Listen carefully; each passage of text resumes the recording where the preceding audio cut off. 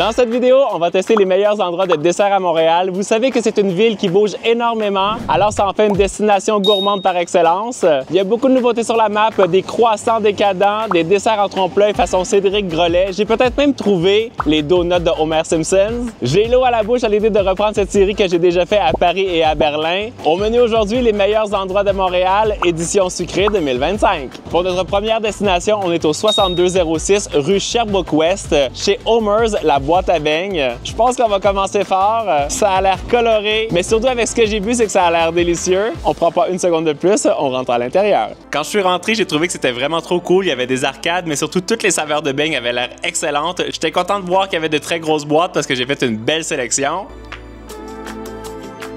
Merci beaucoup! Je suis sûr que vous êtes aussi impatient que moi de savoir qu'est-ce qu'il y a à l'intérieur de cette belle boîte. On va aller déguster ça dans la voiture. J'ai certainement ambitionné, mais regardez-moi ça comme c'est beau. Ça met trop l'eau à la bouche. Alors pour faire honneur à Homer's, on commence avec le classique. Déjà, là, je dois vous dire qu'ils ont l'air ultra moelleux. La pâte, elle est vraiment ultra spongieuse. C'est vraiment satisfaisant à manger. C'est comme si tu croques dans un petit nuage. Je ne suis pas déçu. Ici, j'ai la saveur crème brûlée. C'est un peu craquant sur le dessus. Regardez ça. Il y a le caramel, là. Je croque. Regardez ça à l'intérieur. Ça, c'est ce que j'appelle un beigne. Ça se voit qu'ils sont ultra frais, qu'ils sont faits tous les jours. C'est de la folie. Ça, c'est une saveur que j'ai rarement vue. Au cannoli, comme en Italie. Oups, la voiture va être dégueulasse. Il y a vraiment des morceaux de cannoli sur le dessus, ce qui fait que c'est vraiment très croquant. Jusqu'à présent, ils sont tous excellents. Ici, j'ai un donut au cheesecake et bleuet. On a l'impression de manger un cheesecake avec du bleuet. C'est vraiment incroyable. Fallait bien sûr que je prenne un beignet aux pommes pour Isaac. Regardez ça, comme c'est généreusement garni. Il va être jaloux. Avec des énormes morceaux de pommes à l'intérieur. C'est pas juste de la petite compote, là. Ça, c'est 10 sur 10. Je vais lui garder. Ici, j'en ai un version citron. Celui-ci a une saveur un peu plus artificielle pour moi. La gelée à l'intérieur. C'est bon, mais c'est pas mon préféré. J'aime beaucoup les desserts au citron. Est-ce que vous êtes plus Team Elmo ou Cookie Monster? Ceux-là, pour le coup, ils sont juste glacés avec un glaçage coloré. Et je vais finir avec le petit crème Boston ici, parce que c'est un classique. Wow! Je l'ai ouvert comme ça parce que je savais qu'elle allait être ultra bien garnie. C'est clair que si je passe à côté, je viens me chercher un donut. Il y en a vraiment pour tous les goûts, du style Oreo ou pour les fêtes d'enfants avec des choses très colorées. Je referme la boîte et on s'en va à notre prochaine destination. On est au 3972 boulevard Saint-Elzéar-Ouest à Laval. On est sorti un petit peu de Montréal, mais c'est juste à côté pour venir découvrir le Sour Bites. Je les ai vus partout sur les réseaux sociaux avec des bonbons aux fruits très croquants. Ils font du tangoulou. Alors quand j'ai vu ça, je me suis dit qu'il fallait tester. Dans la boutique, on n'est pas high on fun, mais high on sugar. J'aurais aimé quand même que les tables soient bien installées pour qu'on puisse déguster sur place, mais ça m'a pas empêché de faire une très belle sélection. Merci beaucoup! À l'intérieur de cette boutique, c'est vraiment la caverne d'Ali Baba pour ceux qui aiment les bonbons. J'ai fait une petite sélection. J'ai fait le petit combo avec l'ananas, les raisins et les fraises. Ce sont des bonbons caramélisés. C'est ça qui est vraiment très croquant. C'est servi froid. Regardez ça, c'est vraiment super joli. C'est clair que je vais tout de suite commencer avec ça ici, l'ananas, là. J'ai un peu peur à mes dents. Oh wow! La grosse tranche d'ananas est bien recouverte de sucre, mais étonnamment, ça fait pas mal aux dents. L'ananas est un peu comme congelé. C'est très bon. Il y a comme une petite poudre acidulée, j'ai l'impression. Je vais le tester avec le petit raisin. Et hop! Et... C'est pas si acidulé. Je pense que pour ma part, je préfère quand c'est nature, juste enrobé de sucre. Et ici, un genre de petit sirop, je sais pas c'est quoi. Je vais le tester avec la fraise. Oh! C'est comme de la tire. Mélangé avec les nerds, je me demande ce que ça va donner. Regardez ça! Honnêtement, c'est vraiment super satisfaisant à manger. Et la fraise avec les nerds, ça fonctionne plutôt bien. Ça colle vraiment sur les doigts par contre. Après ça, je me suis laissé tenter par une boisson pétillante aux perles. C'est à la framboise bleue. C'est un genre de bubble tea pétillant.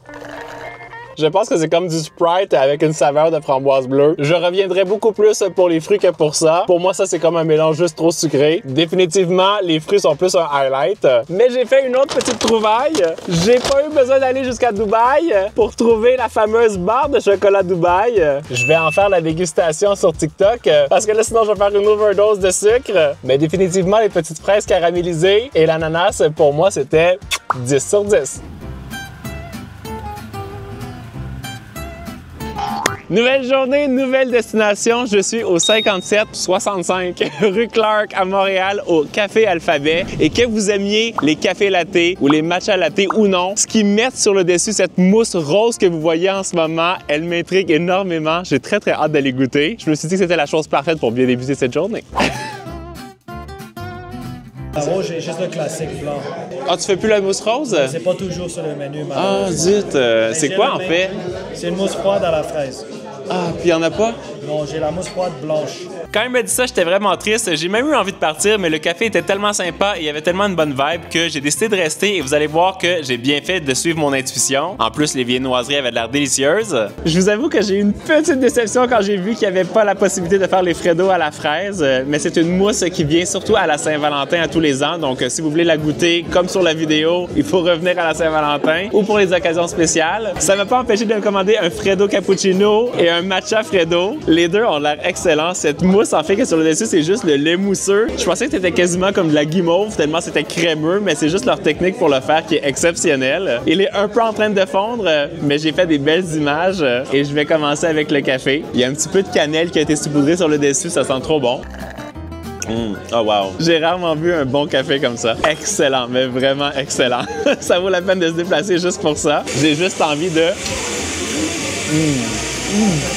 C'est comme un dessert. Et c'est juste du lait. Je vous avoue que ça m'embête même pas de me tacher les doigts parce que je sais que ça va être très bon ça aussi. Isaac fait de très bons matcha latte, mais t'as un petit peu de compétition là ici. L'équilibre est juste parfait. On a le bon goût du matcha, mais c'est hyper onctueux, légèrement sucré. Et je pense qu'on va avoir droit à une petite surprise. Exceptionnellement, mais exceptionnellement, on va pouvoir goûter à la mousse rose à la fraise parce que... T'es le patron? Oh, oui. C'est quoi ton nom? Moi, c'est Tony. Enchanté, Tony. Carl. Tony, il était vraiment super sympa. Il nous a parlé de l'histoire de son café ainsi que de leur histoire en Grèce, pourquoi les recettes étaient hyper authentiques. Et il m'a même fait une petite faveur. Il nous a permis de goûter le café avec la mousse rose. Fantastique. Merci pour l'histoire. Merci bien. C'est gentil. En plus, ça tombe bien, on vient de faire une vidéo, on a mangé que des recettes grecques pendant toute la journée.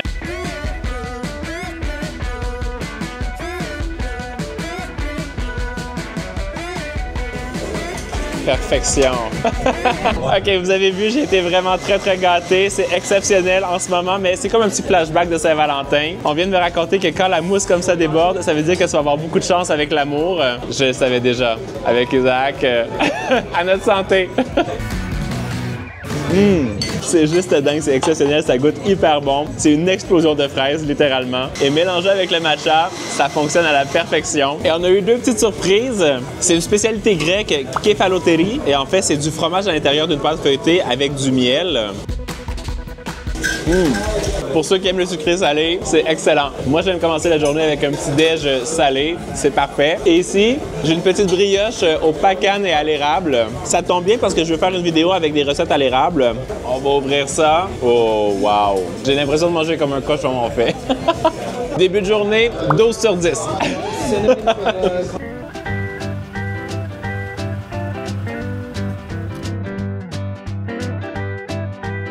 On est maintenant au 1629 rue Sainte-Catherine-Ouest, au Azukido Croissanterie. Et à l'intérieur de cette boutique, il semble y avoir des croissants assez exceptionnels qui sont farcis ou fourrés avec des garnitures qui ont l'air trop délicieuses. Je pense que ça va bien poursuivre notre petit voyage gourmand. C'est parti!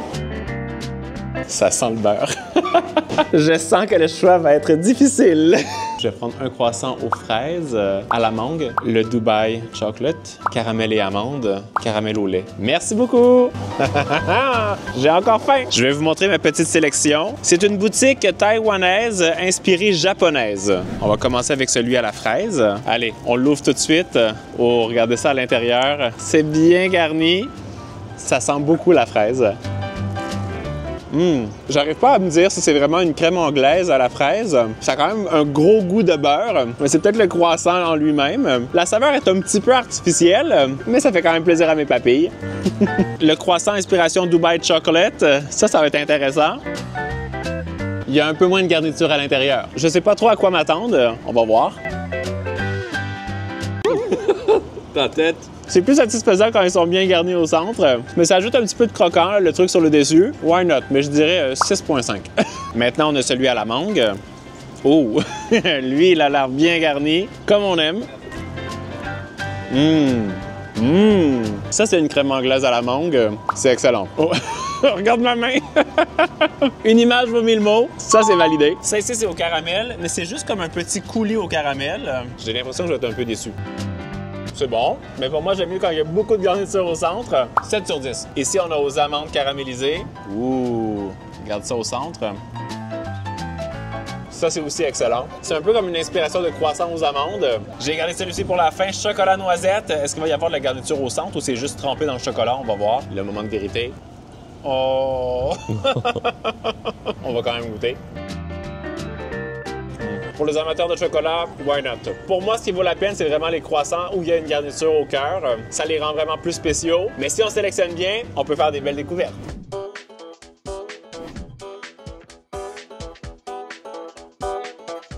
On vient d'arriver au 1428 rue Maquet à Montréal, chez Matcha Zanmae. C'est une place spécialisée avec des matchas du Japon. Et j'ai comme un petit flashback de la boutique qu'on a visitée à Berlin où on n'avait que des desserts au matcha. Alors là, bien sûr, j'ai l'eau à la bouche et j'imagine que vous aussi. Mes attentes sont très élevées, j'espère que je ne serai pas déçu. Quand tu rentres à l'intérieur, il y a du matcha partout, tout est vert. C'est vraiment difficile de faire une sélection parce que tout a l'air bon. J'aurais vraiment pu tout manger. C'est vraiment le paradis du matcha ici. Il y a la possibilité de tout goûter avec cette saveur. On va commencer bien sûr avec le gâteau mille crêpes. Oh, regardez-moi ça. C'est comme un petit nuage. On voit super bien les couches de crêpes et de crème. Bien sûr, il faut aimer le matcha parce que c'est bien infusé. À la hauteur du gâteau qu'on a fait dans notre livre Tellement Yummy, nous, on a juste mis un peu plus de crème sur le dessus. Avant qu'elle fonde trop, on va goûter à la glace au matcha et à la vanille. Je vais goûter le côté matcha en premier.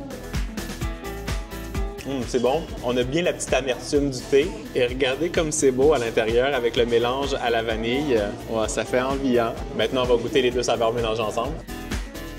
J'aime bien parce que c'est vraiment à peine sucré. Ça apporte une petite subtilité sur le thé et c'est très rafraîchissant. Là, je suis impatient de goûter à ces mochis. Il y en a un à la pêche et un au thé vert, bien sûr. On commence avec celui à la pêche. Oh, regardez-moi ça comme c'est beau. Wow! Regardez ça, c'est tellement bien garni. La couche de pâte est vraiment fine. Les desserts à la pêche, c'est tellement bon. Ça a une belle fraîcheur. On a en plus du fruit qui est bien croquant à l'intérieur, avec le moelleux de la pâte et de la crème. C'est vraiment 10 sur 10. On continue avec celui au matcha. Allez! Il y a quelque chose de tellement satisfaisant à manger ça. C'est un peu comme du slime. La crème à l'intérieur, elle est excellente. Qui n'a pas envie de croquer à l'intérieur de ça? Et je poursuis avec le cookie au matcha. Il y a comme un petit visage à l'intérieur. Je sens qu'il est vraiment moelleux. Oh, à l'intérieur, il y a comme de la pâte à mochi. Oh là là, ça, c'est une belle surprise. Je m'attendais pas du tout à ça. Ah oui, ça c'est vraiment étonnant et délicieux. Ça coupe un petit peu le côté sucré et ça fonctionne hyper bien avec le chocolat noir. Vraiment une excellente découverte. Parfois les desserts au matcha, ça peut être super décevant ou vraiment étonnant. Et là pour le coup aujourd'hui, c'est étonnant. Une très très belle découverte et en plus seulement à 3 minutes de marche de la croissanterie où on était tout à l'heure, on peut faire un petit 2 en 1. Même Isaac se lance. C'est vraiment tellement délicieux. C'est aérien, je trouve. Ça fond sur la langue.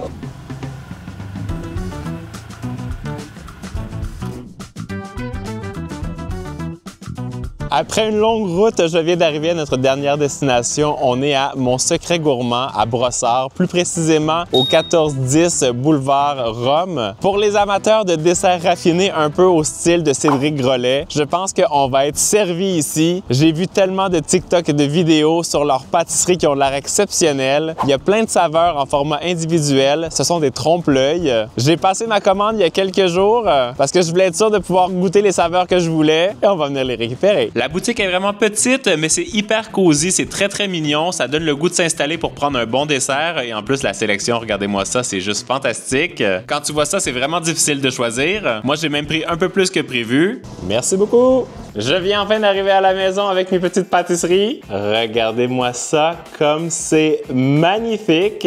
On a à la framboise, à la mangue, au café, à la noisette, à la pistache, au citron et au cacao. Je vais déguster 4 saveurs ici et les 4 autres en Reels et sur TikTok. Et je vais attaquer la dégustation. On commence avec celui à la mangue. Faut pas que je les échappe, ce serait dommage. Alors pour 6 desserts individuels, ça m'a coûté 90 $. C'est quand même des belles portions. J'ai hâte de voir si ça vaut le prix. Pour la mangue, je croque directement dedans. La couche de chocolat, elle est vraiment très fine. C'est vraiment délicat, donc c'est pas trop sucré. On a le cœur qui est bien généreux au centre. Pour l'instant, j'ai pas vraiment goûté le gâteau. Je vais reprendre une bouchée. C'est très crémeux. À mon goût, il aurait pu avoir un petit peu plus de gâteau ou de génoise à la base, mais je dirais 8 sur 10. Le prochain, la pistache, je vais le couper avec un couteau pour qu'on voit l'intérieur. Alors, ça ici, il y a plus, j'ai l'impression, de génoise ou de gâteau ou de croustillant à la base. Ça fait un peu comme un avocat à l'intérieur. Celui-là, il me donne vraiment envie. Le chocolat est toujours aussi fin, mais il y a plus de craquant. Il n'y a pas seulement que la mousse à l'intérieur. C'est bien généreux et le goût de la pistache est bien présent et c'est pas trop sucré. Je dirais que ça, c'est un 9 sur 10. C'est un des très bons desserts que j'ai goûté à la pistache. Vraiment excellent. J'aurais pu les manger sur place, mais honnêtement, j'avais envie de venir en profiter à la maison. On va passer à celui au citron. En termes de trompe-l'œil, pour celui-ci, je trouve qu'il est un peu moins réaliste. Je trouve que le verre est un peu trop apparent, mais ça, c'est juste à mon goût. On va le couper. Alors, on coupe. Oui, regardez à l'intérieur comme c'est beau. Je trouve que c'est vraiment très généreux en termes de mousse. Encore une fois, il n'y a pas l'air d'avoir vraiment de petits gâteaux à l'intérieur. C'est vraiment que de la mousse et un cœur au citron. Je vais y aller avec une cuillère. Il n'y a vraiment pas de gâteau dans celui-ci. Par contre, vous voyez bien à quel point le chocolat est fin. Je pensais que ce serait plus acidulé. C'est bon, mais pour moi, ça manque un petit peu de peps. Je dirais 6 sur 10. Mais pour moi aussi, il manque un petit gâteau. Je trouve que sinon, t'as juste comme de la mousse. J'ai comme une petite déception. J'avais vraiment envie d'être vraiment sous le charme. C'est très bon, mais pour moi, il y a des petites choses que je ferais différemment. Le dernier qu'on va goûter dans la vidéo ici, c'est celui à la fève de cacao. Je trouve que pour le coup, le trompe-l'œil est vraiment réussi. Ça a vraiment l'air d'une cabosse de cacao. Ça me fait penser à qu'on a fait du chocolat maison, tu te rappelles? Alors, on va venir aussi le découper. Les détails sont vraiment frappant, là, c'est très réaliste. Ah, j'ai senti un peu de croquant. Là, ça me parle déjà un peu plus. Pour rendre à César ce qui revient à César et vraiment la couche de chocolat, c'est ça qui est impressionnant parce que c'est ultra fin et ça fait en sorte que ça a l'air très raffiné. C'est plaisant pour le palais et pour les papilles. C'est très parfumé, il y a du craquant, du moelleux, du fondant. C'est presque la perfection. C'est ce qui va mettre un terme à notre excursion gourmande. J'ai passé un excellent moment. C'était sur quelques jours, alors je me suis bien régalé. Je pense qu'il y a quelqu'un derrière aussi là, qui en profite un peu. Je déguste. C'est quoi ton préféré? Indécis, je sais pas encore tout goûter. Dites-moi en commentaire quel était votre endroit préféré, les endroits que vous aimeriez que j'aille tester aussi à Montréal ou dans d'autres pays. Et en attendant la vidéo de la semaine prochaine, vous le savez, vous êtes les meilleurs. Ciao! Chocolat! Chocolat, c'est très bon. Maintenant, je vais déguster les autres. Venez me retrouver sur TikTok pour voir le résultat. Et sur Shorts.